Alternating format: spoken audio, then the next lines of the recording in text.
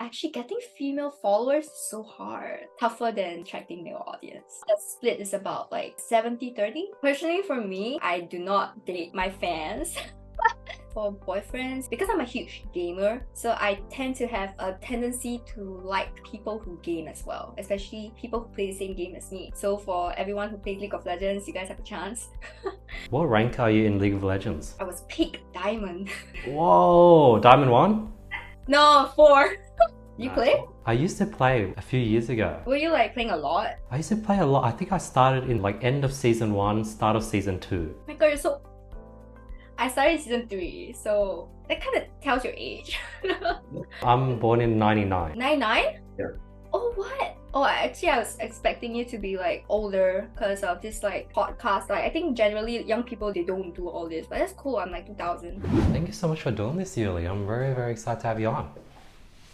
I'm excited to be here too. So, how I first found, I think I was scrolling through Instagram and then I saw your sort of reels and you do these super funny, sort of quirky sort of skits. And I think that's how I started. And I went through your content. You constantly generating these cool skits, and your reach is like amazing. You've like crushed it when it came to sort of content creation. And I learned that you also do streaming and you're into gaming. So that's sort of how I found about you, Yuli. I guess please share with the audience a bit about who you are and what you're currently focused on. Okay, I think so. I'll start with like how I started out. So I actually started out as a cosplayer at the age of like 16, so I was really young. And then I think eventually I kind of transitioned into lifestyle. So it was more of like photo shoots and all those kind of stuff. And I think the breaking point, oh no, the breakout point was actually during COVID when I was actually with a Korean agency for about 3 years. So that's when I really started churning out all kinds of content, comedy skits or like back then was a bit like dance on TikToks, right? For about 3 years. And after COVID, I realized that I would prefer to do comedy. So that's kind of how I kind of just did more comedy, more skits, and whatever content that you see today. Yeah.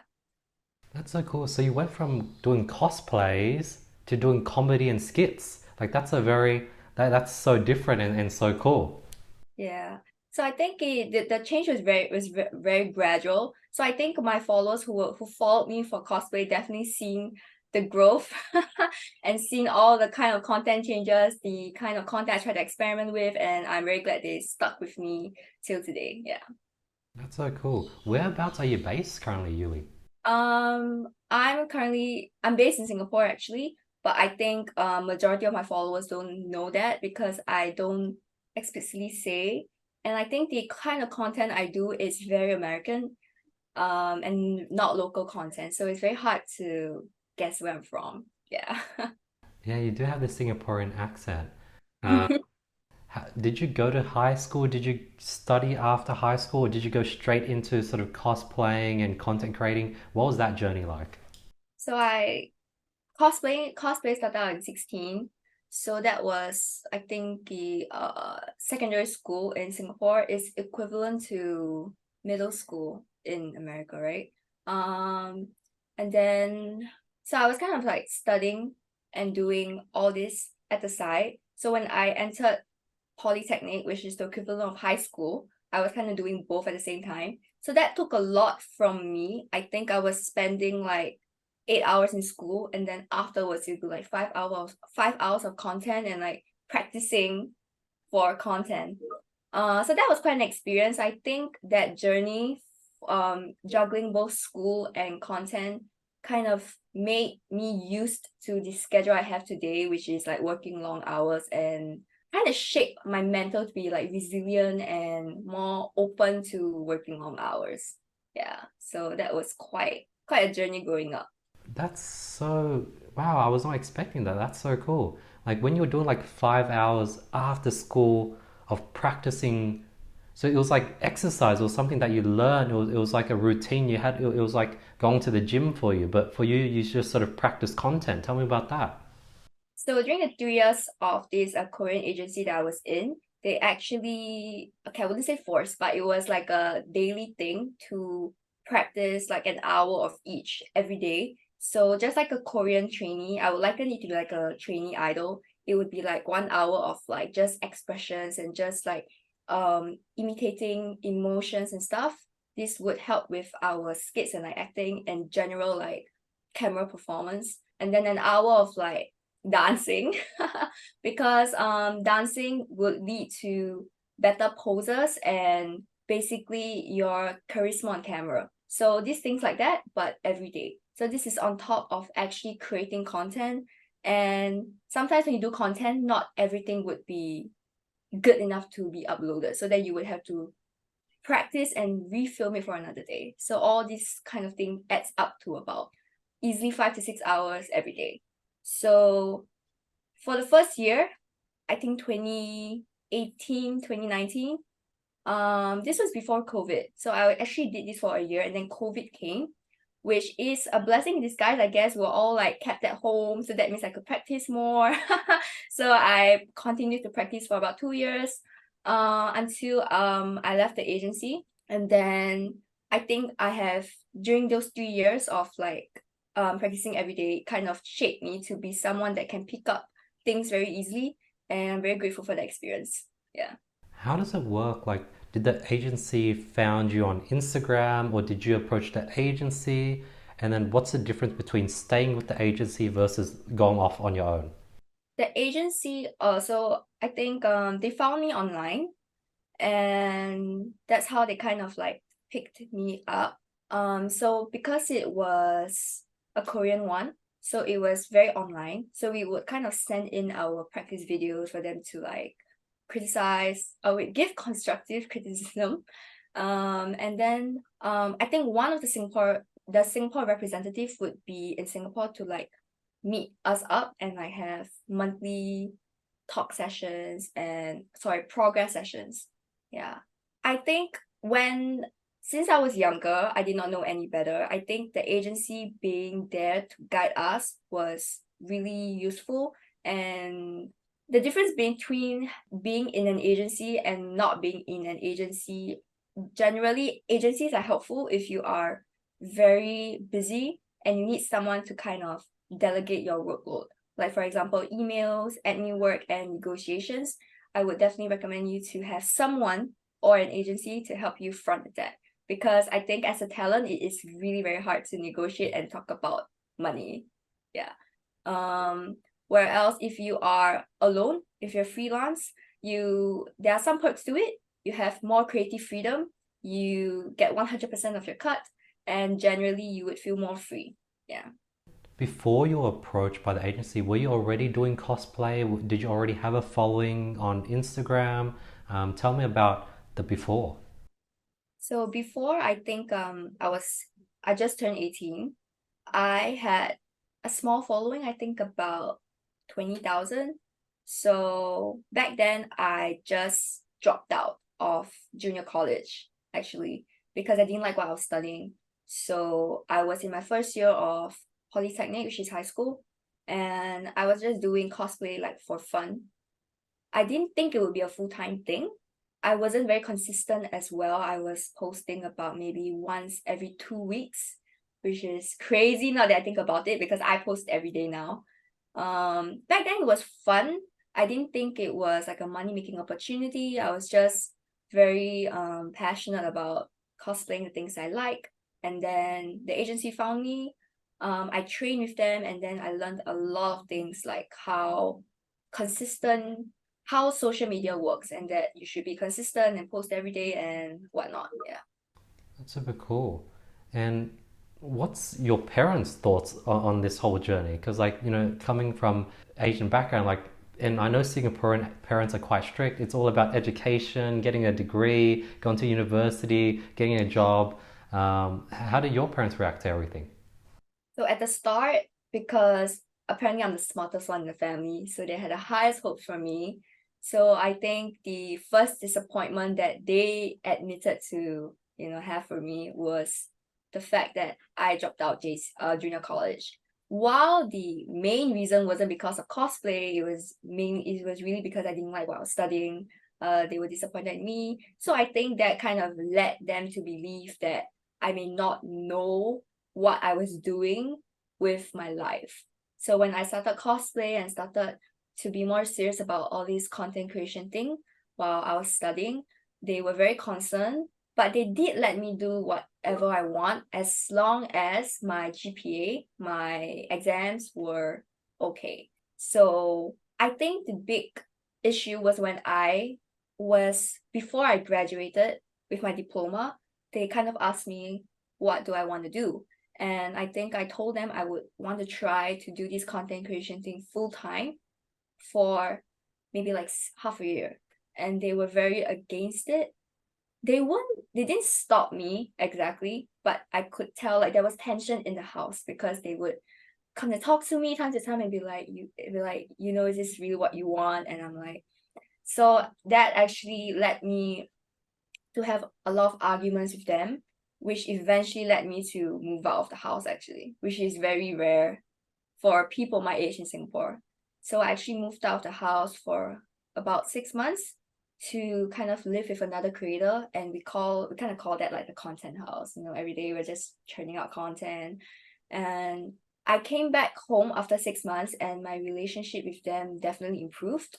And I think during that 6 months that I worked really hard, they kind of seen like the work I put out and the brand deals that I've been getting. So I think that kind of assured them that their daughter knows what they're doing. So after 6 months, I came back home. It was great. We talked it out. There wasn't any more tension anymore. So I think that me moving out kind of led me to make my parents try to understand what I'm doing, what social media is to the current generation, and basically accept me 100%. Yeah. It's cool. Like, was it they saw that you were working with some big brands that they knew those brands and they're like, oh, that's so cool that our daughter's working with this big brand? Is that sort of when it clocked, or was it the sponsorship deals, the money where you could make a living from this? What was it that made them be like, okay, this is possible for my daughter? Think you know how traditional parents are. They are only like familiar with very household names. So I think during that 6 months, I worked with like Singapore Tourism Board. So I made sure I told them like, hey, I did this. And then them being Asian parents, they'd be like, oh, you worked for the government agency. Oh, wow. You know, my daughter must be pretty good. So that coupled with the I don't tell them exactly how much I'm making, but I tell them a really comfortable amount, and they're happy that I have something stable. Because I think that's really all what parents want for their children. They want their children to be secure, to be happy, and to be stable. Yeah. Got it. So if we take it back so I can sort of better visualize things, when you had 20K followers, you were 18 years old, that's when the agency approached. What year was that? That was in sometime the end of 2018. End of 2018. 20. Got it. So 2018, and then I guess that 2016 was when you started cosplaying. Got it. And then from 2018 to 2021, you're working with the agency. So specifically the end of 2018 till the end of 2020, is it two or one? I think 2022. Okay. My gosh. I think at the end of 2021, oh, time flies. The end of 2021. Yeah. And when did COVID happen again? Yeah. Um, the end of 2019. Was it the start of 2022 or was it Right. 1 year? You're right, it was 2020. It was beginning of 2020, end of 2019. Oh, okay. So that Yeah. means you had a year of no COVID, then 2 years of like COVID while in the. Yes. Yes. Oh, time flies. And then during those 3 years, how was your growth? Like how many, you started with 20,000 followers. How many followers did you have by the end of working with the agency? So I started out around 20K followers, and I remembered that before COVID, I had 75,000. So that was about the start of 2020. Got it. Then from 2020 till now, that kind of just accelerated because of like consistent posting, and social media was booming during COVID. So I was prepared. So that's just accelerated. Yeah. And what was your main platform, Yuli? I think during COVID, it was definitely TikTok, but I vibe more with Instagram. So I would say Instagram and secondary would be TikTok. Okay. Yeah. And then, in which year did you drop out of junior college and move out from your home? I dropped out of junior college at the end of 2017, and then I moved in to my new home. It was still during COVID, but it was like towards the end. So I think in 2021. So I think yeah, right. In August 2021. So 6 months till about the start of 2022. Yeah. And during the 3 years with the agency, I guess, yeah, that means you would have already sort of quit junior college. Was the agency getting you sponsorships and deals? Were you able to make a living while working with the agency or not yet? I would say my income then would not it's not directly from the agency. It would be people that come directly for me. I would think of the agency more as a training center Mm. than a company that like manages you. Yeah, I would liken the agency to be a training center. So during that time, was most of your income coming from like sponsorships or donations on live TikToks? Where did most of it come from back then? Most of it came from donations at that time, because I think I was too small of a creator to be negotiating brand deals. A part of it came for brand deals or like small TikTok music ads, and a really small part is like live stream. So that was really the income portion. I think it has changed a lot now. Now that I have grown and I like PR and stuff, the bulk of my income, more than 50%, is from brand deals and yeah, brand deals. Yeah. So it has really shifted. That's so cool.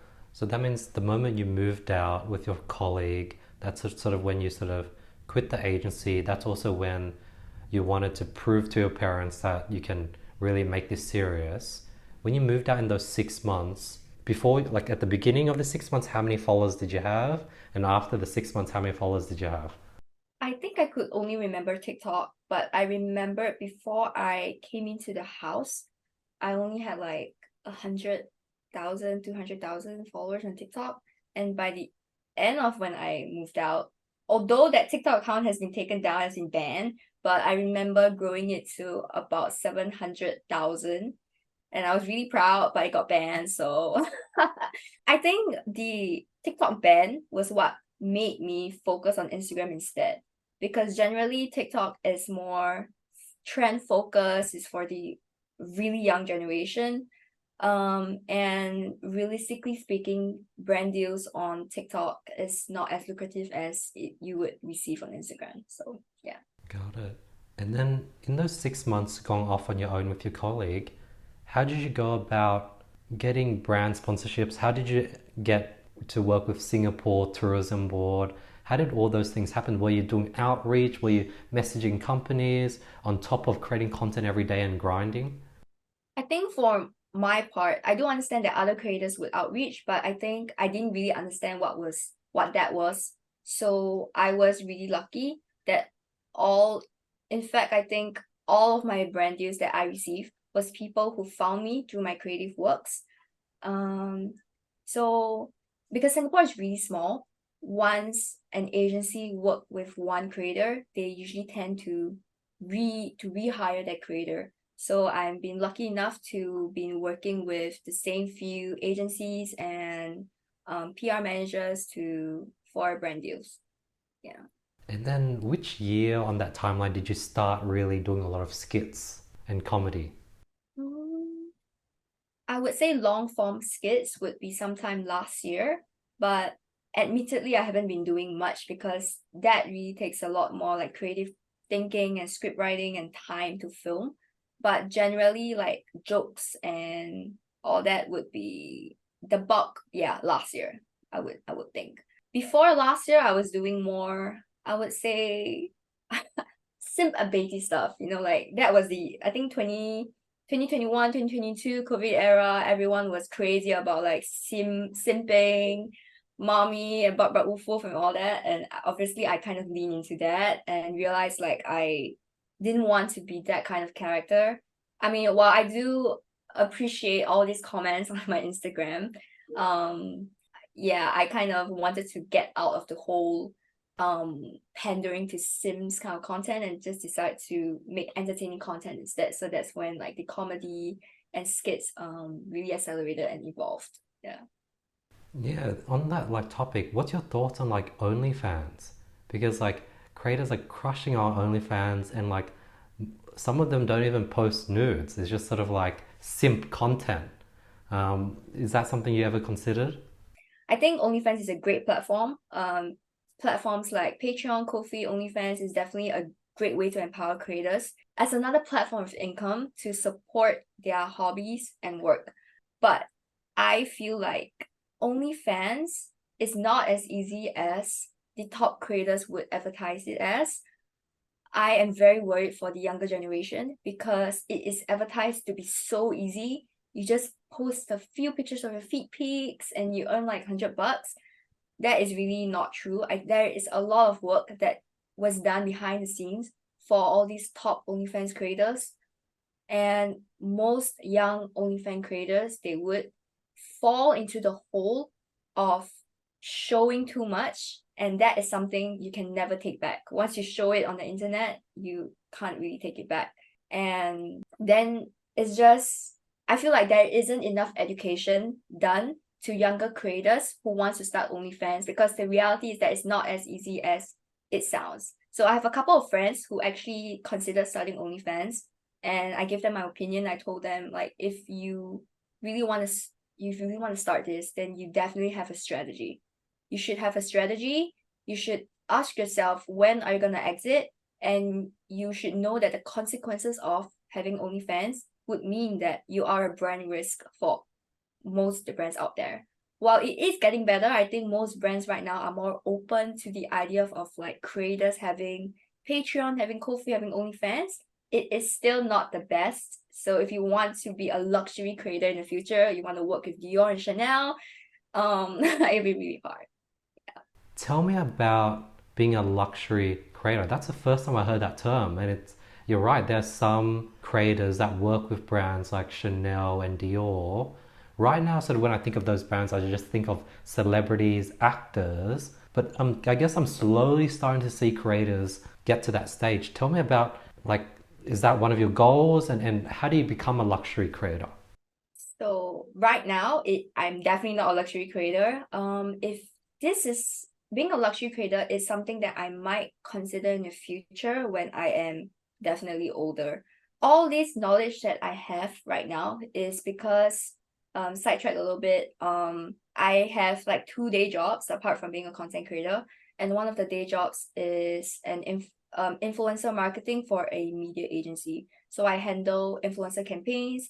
I am the middleman between the clients and creators. So I realized that clients in general, they look for creators who are their consumers. How these creators show up to their clients is by using the relevant hashtags. So creators out there who wants to be in the beauty space, who wants to be in the luxury space, the number one step is to first to be a true consumer and fan of their product. And then the second thing would be to create quality content centering around their product. It can be in the form of like a review, get ready with me, or like, hey guys, I bought this today. I'm going to test it out for a few months and things like that. And the third tip would be to hashtag, to tag the brand, to put in relevant hashtags. For example, it's Chanel has a new SS24 campaign, hashtag SS24 Chanel. So it's like specific hashtags that would really make you seen by the brand. And the fourth tip would be to be consistent. So you would definitely want to do a lot of postings about the same brand Chanel, and you would want to avoid doing postings about competitor brands like Dior, but that's just like an optional tip. Yeah. But I guess these 3 tips would really elevate your presence to the brands that you really want to work with. Yeah. That's so cool, Yuli. Like, that's amazing. You have two day jobs, plus you create content every single day. How do you juggle so much and like not get burnt out? What keeps you going? Yeah. Um, yeah. I think because of my past when I was juggling studying and content and practicing at the same time, I'm very used to long hours. And I think right now, the insufferable feeling of not being good enough drives me. Okay, that was half a joke, but I'm sure many creators out there feel this way. I am very aware of creators feeling burnt out, feeling like they're not good enough. And admittedly, I am one of the victims, but I like to see it in a more positive light where it's my driving force to do my best every day to kind of juggle whatever I have right now. I do enjoy all the work that I am doing right now because I feel like I learn a lot. And knowledge is something you would want to get a lot when you're young, right? It gives me the experience, it gives me the mental resilience, you know. Yeah, so very grateful. So like right now, Yuli, like are you sort of doing everything on your own, like doing all your emails, brand negotiations, content sketch? Are you doing it all on your own on top of your sort of two day jobs? I'm grateful to have a friend that I really trust. He's like my friend come manager. So he is the one that will be negotiating with for me, handling all the emails, and sometimes he do provide creative ideas for me to work on.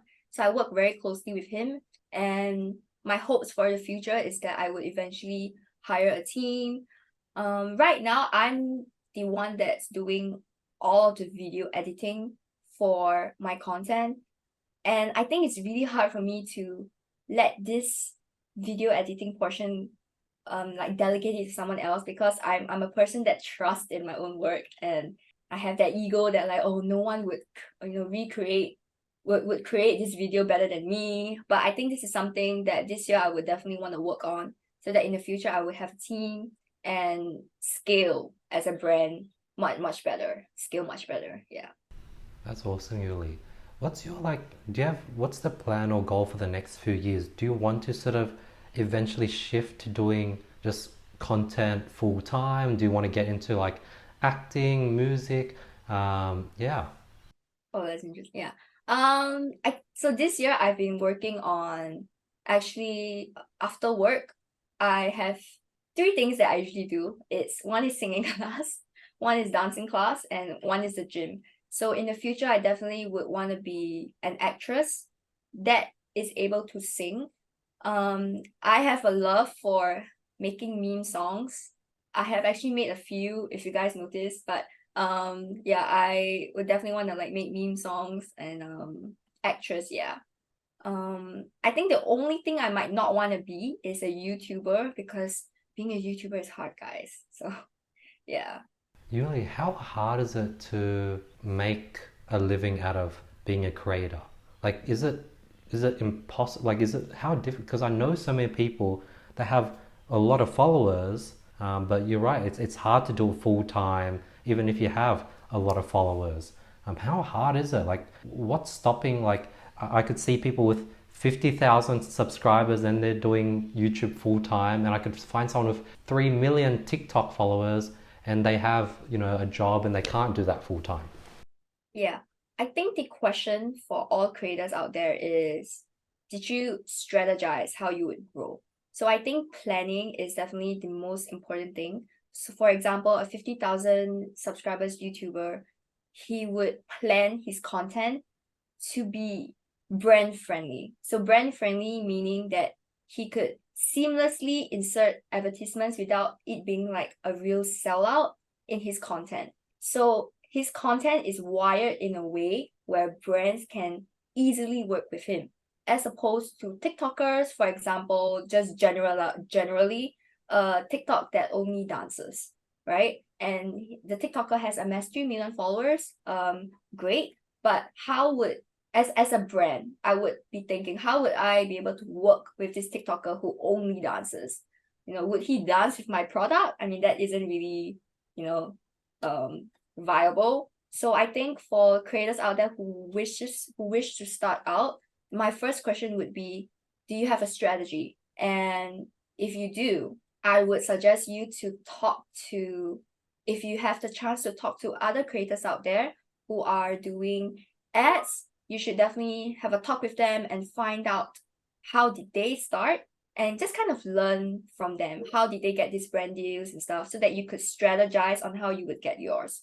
So strategizing at the start, planning your content to be brand friendly. At the end of the day, you should ask yourself, what is your content serving for? What is the purpose of your content? For me, I would comedy skits. Skits, I think, is a great way to seamlessly put in any brand or ad placement. So that's why I love to do skits. Talking videos is also one of a good template to do content because you can easily talk about anything under the rainbow, and that also means that you are a good salesman for the brand. So things like that I feel creators should definitely strategize, plan before they start their creation journey. And then the last part would be outreach. It would be being visible to the brand. That really is the last step to getting the brand deals. Yeah. And right now, do you do any outreach, Yuli, or is it all inbound?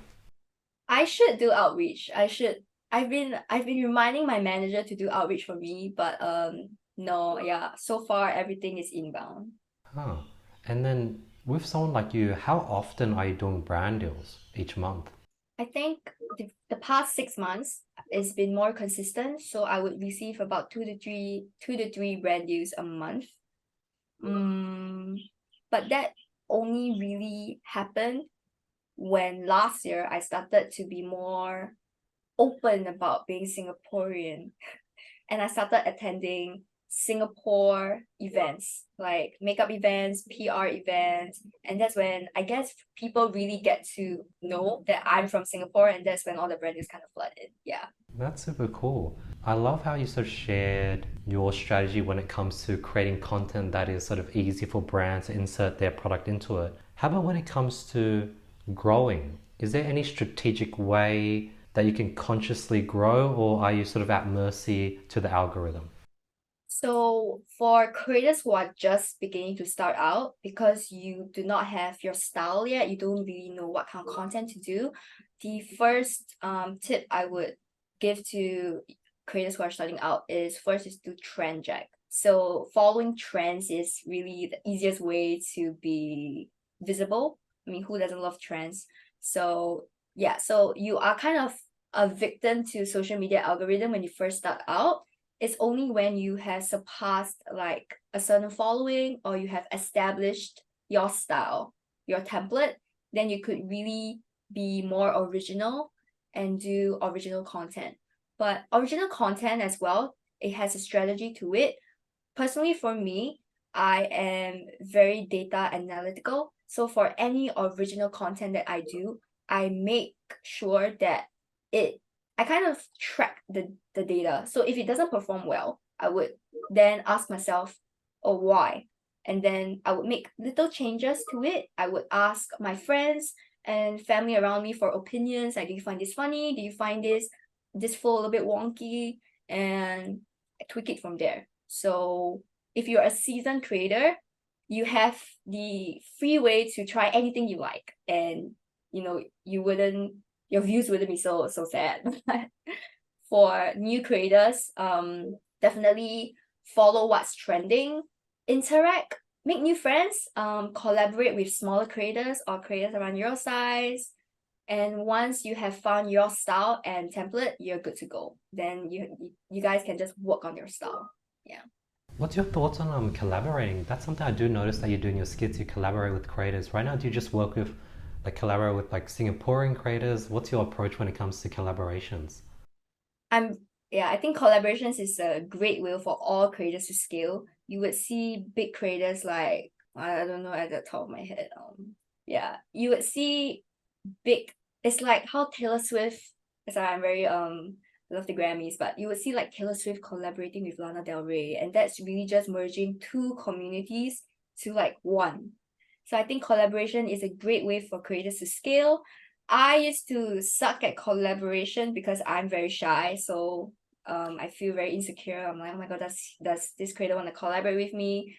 But and I think this is a very common problem that most creators face, because in contrary to belief, most creators are introverts and shy. So I would really encourage all creators out there to step out of their comfort zone, to go and ask for a collaboration. Whenever I travel to new countries, my first question would be, okay, who can I collaborate with in that country? So I've been trying to work on reaching out to other creators, but that's still work in progress. Yeah. While some people think like it's only good to collaborate with someone that is around your size, like your following, I don't truly believe that. I feel like you can still learn and create good content with creators that are smaller than you, as long as you like their content. Yeah, as long as you vibe with the creator, numbers and following really doesn't matter. Yeah. Are there any sort of influencers or idols or actors that you sort of look up to, model and follow and take inspiration from? Definitely a lot.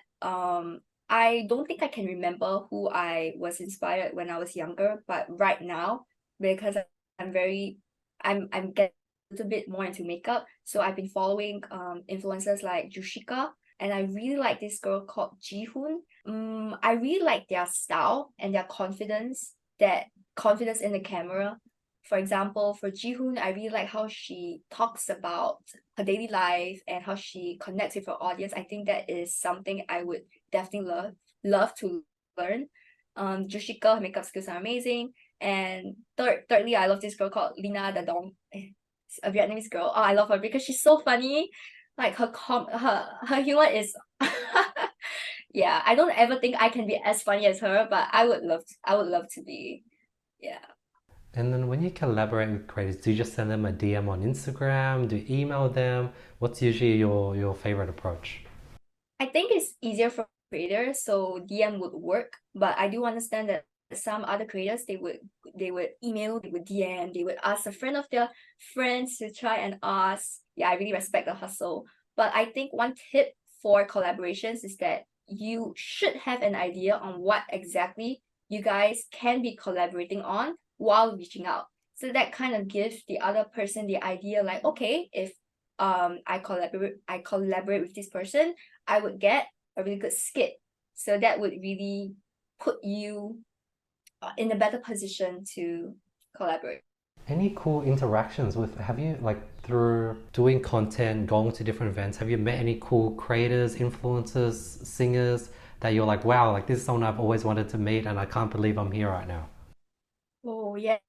I think generally I'm someone that's not really fazed by celebrities, because I have this approach where everyone is human, we are all normal. But I think I was really inspired when I saw this K-pop group that I'm a big fan of. They're called I-dle. I saw them perform. I saw how hard they work throughout their performance, and I especially love their leader Soyeon from I-dle, because she has done so much for the group. She is the composer, she's the director, she is also the singer, the main rapper, blah blah blah blah blah. But when I saw I-dle, that kind of fired me up. It kind of reminded me why I work so hard doing what I do, because end of the day, it's not really for me. All these content, all these skits is not really for me. I at the end of the day, I just want to bring some good in this world. I want people to look at my videos, have a good laugh, especially if they're having a bad day, if they can, let out a chuckle. I think that's really the end goal for me. So just like how I-dle inspire their viewers with their songs, I, as a content creator, would want to inspire my viewers with like humor or like educational stuff. Yeah. I love that. Yuli, like, how do you sort of stay like motivated and not burnt? Like, are there days where you wake up and you just don't want to go to work, or you finish your work and you don't feel like creating content, you don't feel like switching up and sort of creating a skit, you don't want to be funny? What do you do in those instances? So I think there are many days like that. And I would generally let myself wind down for a few hours. I would just not do anything, try not to think about work. So that really helps a lot. That kind of resets my mental capacity. And at the end of the day, I would always remind myself, why did I start this? And at the end of the day, it's really not for me. It is to really, I always remind myself, like, okay, today you have to do comedy because your viewers expect you to post daily, and humor. Like whenever I laugh at my own videos, it makes me happy, because if I can laugh at my own videos, it means that my viewers would enjoy it as well. So that thought would always remind me to, like, they always say that if things gets hard, you always remind yourself, why do you start in the first place? So I think that is very true, because I do remind myself, why do I start in the first place? Yeah. That's awesome. Right now, what's your sort of daily schedule? Like if you do 7 uploads a day, how many of them would be skits? How many of them would be collaborations? Like how many of them are following trends, or just, yeah, like what's the schedule, the strategy? So right now I'm trying to try a thing where I post minimum twice a day. So that gives me a lot of estate in my page to work with. So that's about 14 days a week. So that allows me to experiment more. And I would allocate about 50% to comedy. It can be in the form of skits, can be just like a joke, or it can be collaborations. So generally 50% would be the genre comedy. And in this comedy, it can be like fitness comedy, it can be relatable comedy and things like that. And the other 50%, it would be makeup that I've been trying to get into. So it would be K-pop, makeup. The other part would be gaming related. So that's how I generally plan my content around. It would be a little bit of each. Yeah. When you do gaming, are you like streaming, or are you doing, yeah, like what's the gaming aspect? Gaming aspect. So it usually would be gaming jokes, gaming memes, relatable gaming stuff. In the future, definitely would want to explore like actual gameplay, because I am a huge fan of League of Legends, Valorant, and TFT. But I think the hard part for me is to be able to seamlessly add the gameplay portion without losing my original style, which is comedy. So how do I make a TFT game funny? So that is something that I'm trying to work on. I think it's the bulk of the content work, actually. Generally content is not really about the filming. I think it's about the script writing, the planning. Yeah. So yeah. How many hours of sleep do you get each day, Yuli? Like, do you have time to like play games? I know you're a fan of like Valorant, League of Legends. Used to love playing those games. So, do you have time to play games anymore? This year, no, not really. Also because I'm not in the mood to play games, since I'm always thinking about content. Is very toxic. But generally 4 to 5 hours of sleep. So generally how my day looks like is I wake up around 9 or 10, and that's when like my day job starts. And I would work these 2 day jobs because it's work remote, so it's okay. I can still own time, own target. From 10 to 6, it would be day job. And in my free pockets of time, I would use it to edit videos or film videos for the day. After 6, it would be my activities like singing class, dance class, gym, hanging out with my friends, getting dinner with them, and filming other content. I'm very grateful that I love what I'm doing, so at least I don't feel like myself. But I do have time for games, like maybe an hour or so I can stick in on TFT. But yeah. That's crazy. 4 or 5 hours of sleep. That's wow.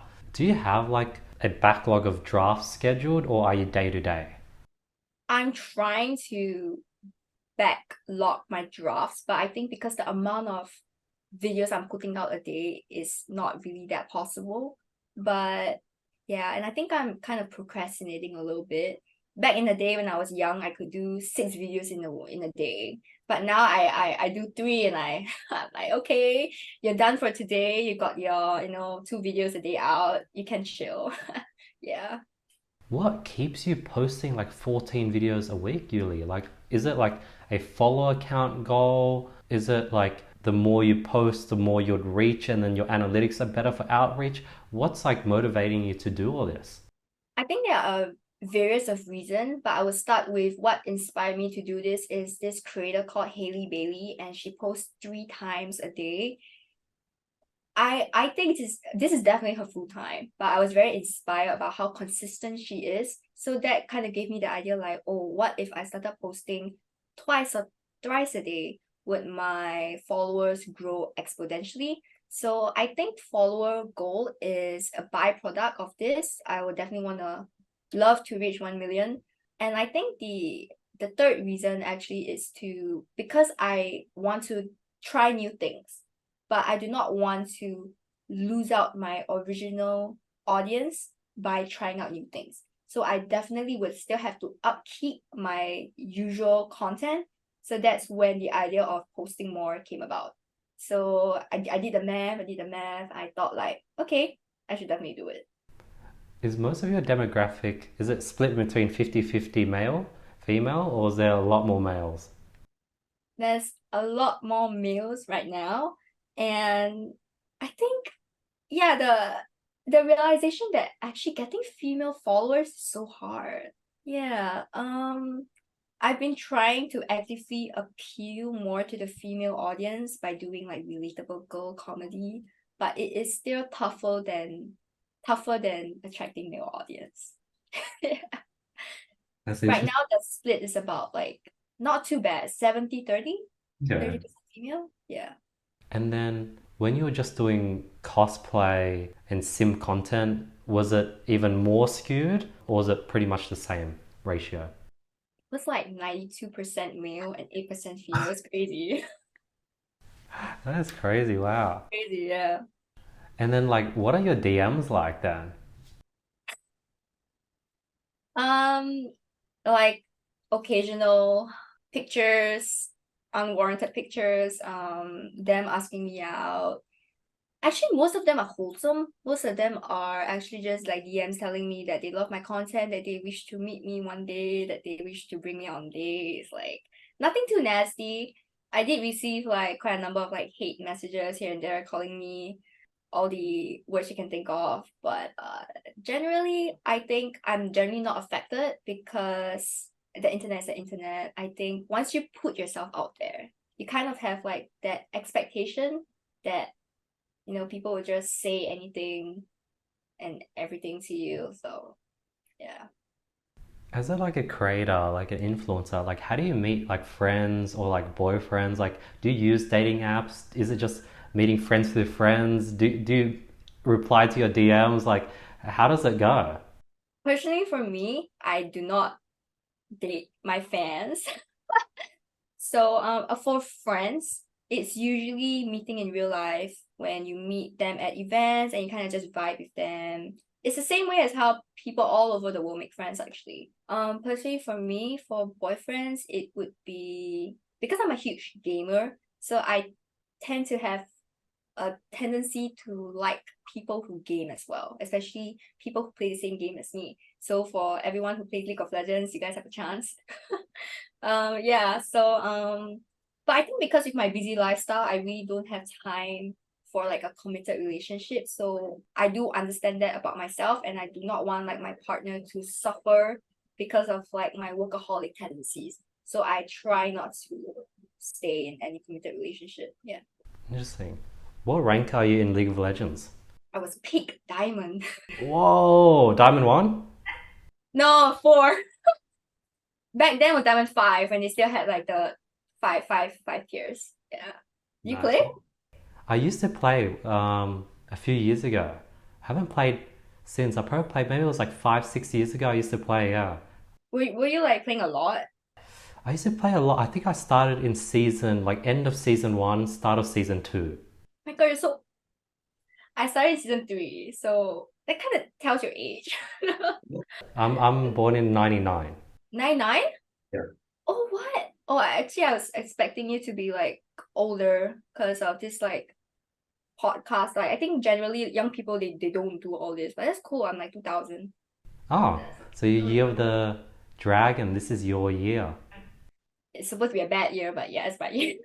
Really? Is that the case? If it's your animal year, it's bad. Yes, that's what apparently they say that like Oh. yeah. Interesting. Because I'm 99, so last year was the year of the rabbit, which was my year. And looking back, I guess last year was quite a grind. So hopefully I'm like out of it. Okay, okay. I think this year will be better for you. Yeah. And what's your main, well, what position do you main? Mid, jungle, ADC? I was definitely climbing with support and mid. Support usually when I duo with someone. Like my duo is AD. If my duo is like jungle, then I'll play mid. Yeah. You look like a Vayne player. No, actually, I used to jungle. I used to jungle a lot. Huh. So Let me guess maybe, your main. Let me guess your main. but I reckon like if I played now, I definitely would like to main or like AD. AD. Why? It's Wait, which like does back then I feel like AD used to carry, right? AD used to be the role that would carry the team.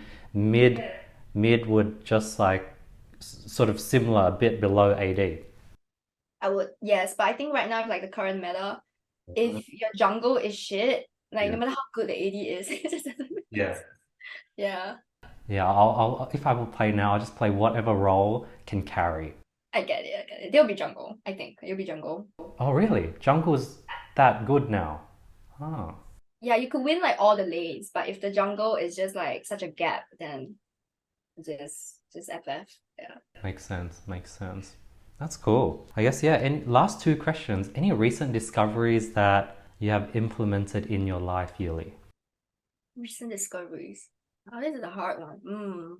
I probably have an answer, but I can't think of it right now. What about you? I've been doing this thing where I've been like listening to myself much more. It was like something I was like going on this hike and like I don't know, listening to the universe, listening to God, listening to yourself, listening to your gut feeling. That's something I've been doing more and more. So whenever I sort of am not too sure on a decision, I've been learning to like listen to myself and sort of do what my gut feeling or God or the universe says. So that's something I've been implementing into my life. Hmm, I think yeah, after hearing you, I guess what I'm doing is I'm a person that likes to write and like reflect every day. So I think this year I've been learning a lot about myself and why I feel the way I do in certain situations. Like I've been asking myself to like what is my life's end goal?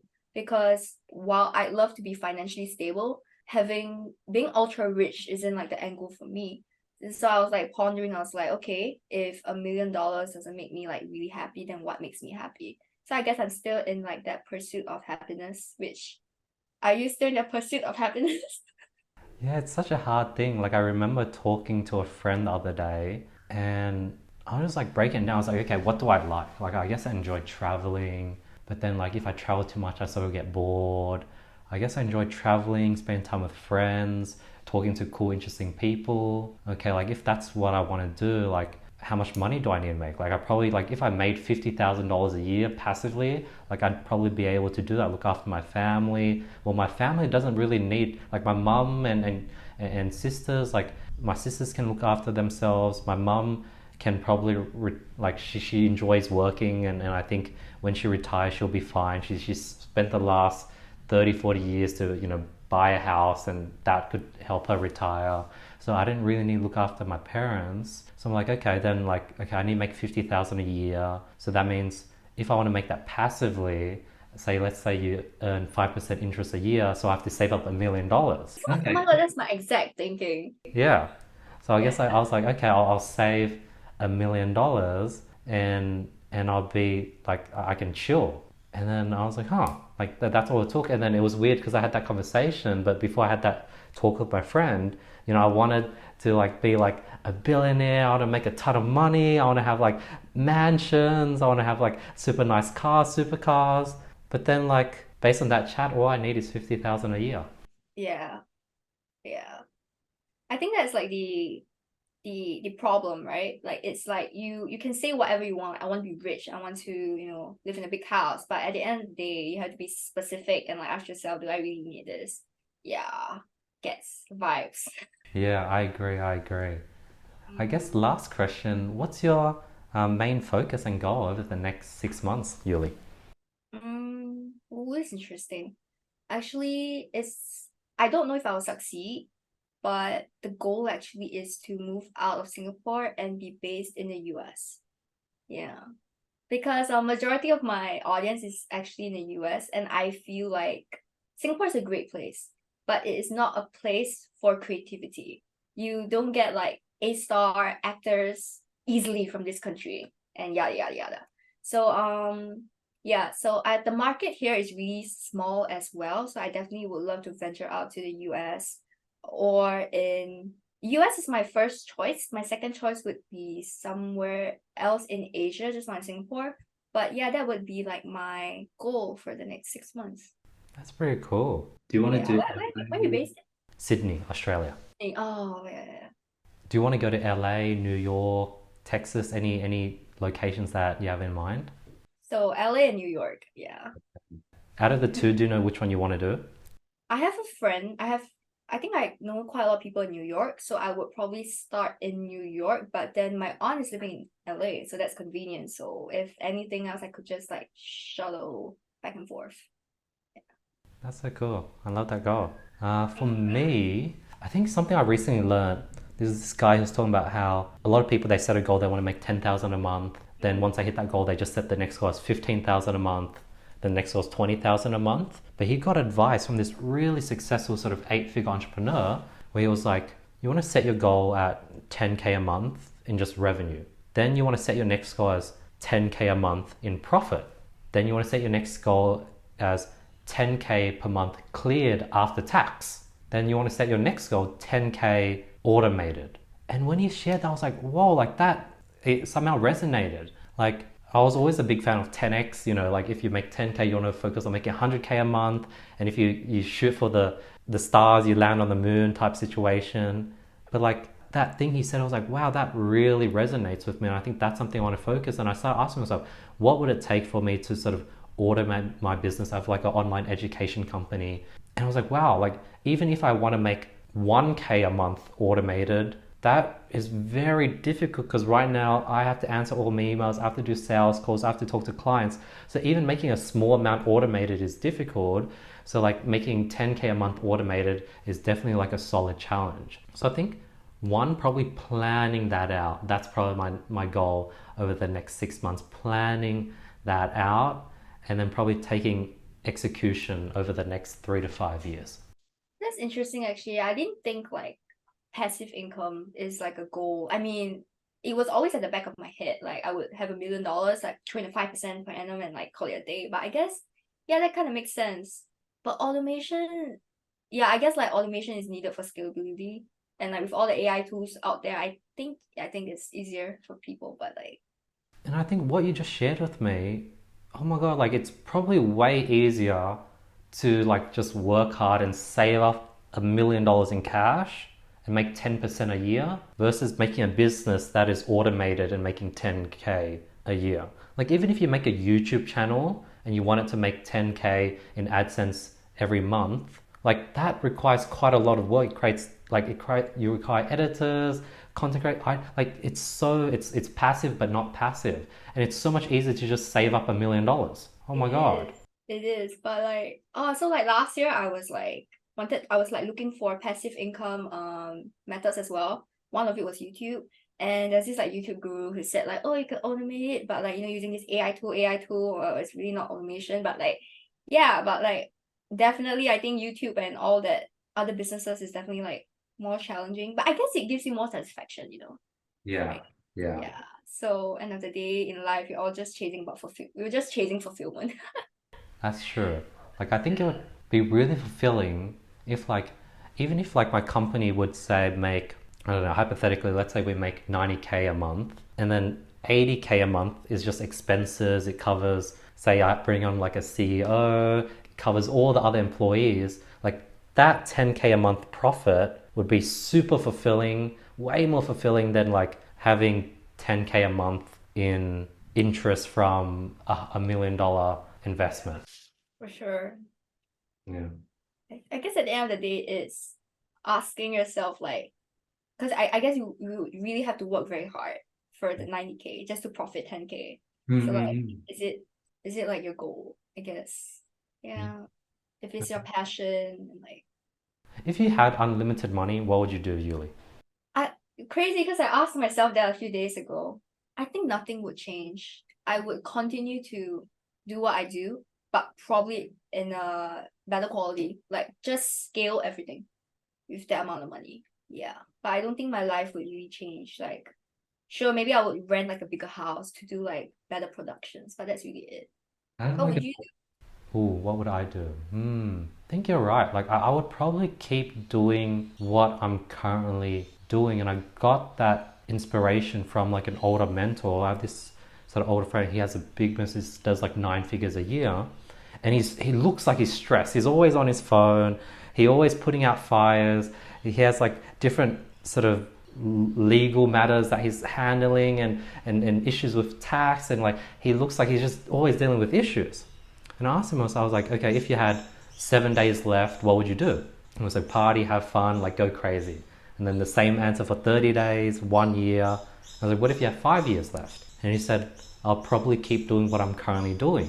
And I was like, whoa, like I was not expecting that answer. Like he's so happy with what he's currently doing, despite all those chaotic things. And I realized that like that's sort of what I want to sort of push to. So over the last 6 months, I've been trying to really just embrace the grind, embrace the work, and sort of like know that, hey, like I remember over the weekend, I think it was like last Thursday, Friday, I had a ton of messages from my team, but I couldn't get to them. Saturday, I was going to help my sister move, so I couldn't reply. And then Sunday, I might be able to get back to the messages. So I had either two options. Either one, like force myself to quickly go through the messages Friday night. Option two, ignore the messages and like stress about it. Option three, know the message is there, accept that it's there, have fun on helping my family, have a good few days, and get to the messages on Sunday, and there's a good chance nothing went wrong. And that's sort of what I did. And I was like, like I think I want to do this more and more and just sort of like really just like embrace the current, just be happy. Like I think what I have right now is what 18-year-old Andy wished he could have. So yeah. Oh, that's nice. That's when you know like you made it actually really. Yeah. Like But good. yeah. Thank you so much, Yuli. I really appreciate your time. It was such a fun conversation. Yuli, where can people find more of you? Where the best place for them to get more of you? Oh, Instagram. Instagram, TikTok, listen to Andy's podcast.